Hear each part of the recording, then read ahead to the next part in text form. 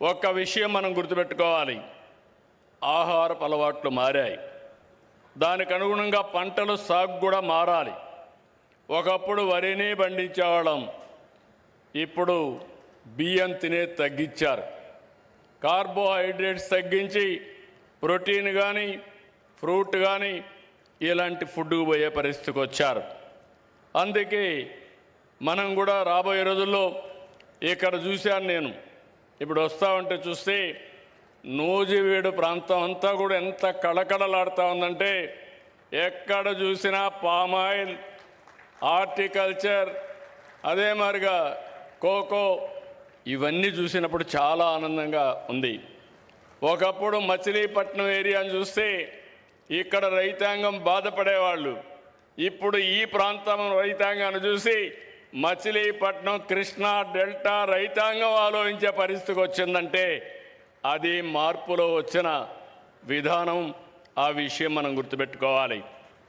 ఈరోజు రాష్ట్రంలో అక్వాకల్చర్ని, హార్టికల్చర్ని, వాణిజ్య పంటలనే పండిస్తున్నాం.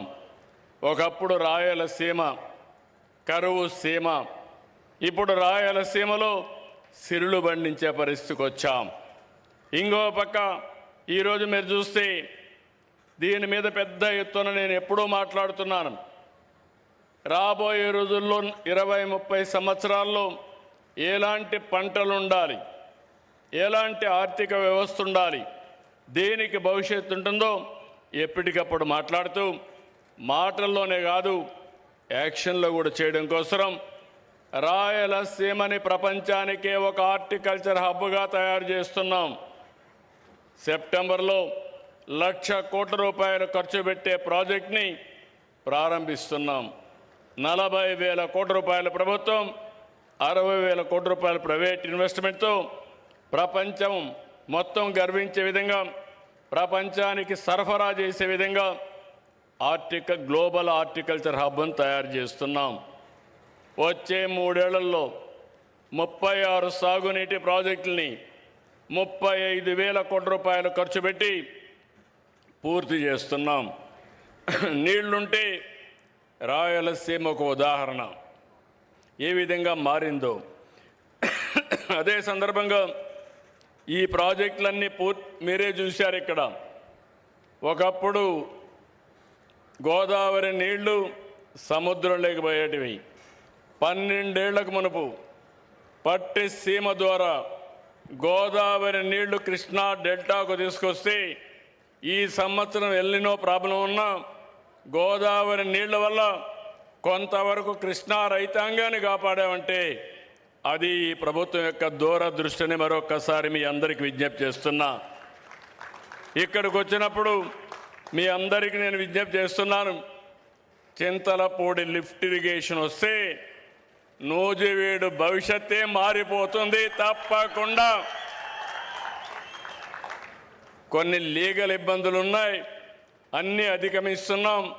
తొందరలోనే ప్రారంభించి ఈ 2-3 ఏళ్లలోనే పూర్తి చేసి జాతికి అంకితం చేస్తామని చెప్పి కూడా నేను మీకు తెలియజేస్తున్నా. ఈరోజు 3 దశాబ్దాలు వెలుగొండ, ప్రకాశం జిల్లాలో మార్కాపురం ప్రాంతం, ఇప్పుడు మార్కాపురం జిల్లా. అక్కడ మీరు చూస్తే నేనే 3/5/96లో ఫౌండేషన్ వేసి ఈ ఆగస్టు నెలలో 31వ తారీఖున మొదటి విడత పూర్తి చేసి జాతికి అంకితం చేస్తున్నామంటే అది ఈ ప్రభుత్వం యొక్క పట్టుదల. అదే మరి అన్ని ప్రాజెక్టులు పూర్తి చేయడానికి ముందుకు పోతున్నాం.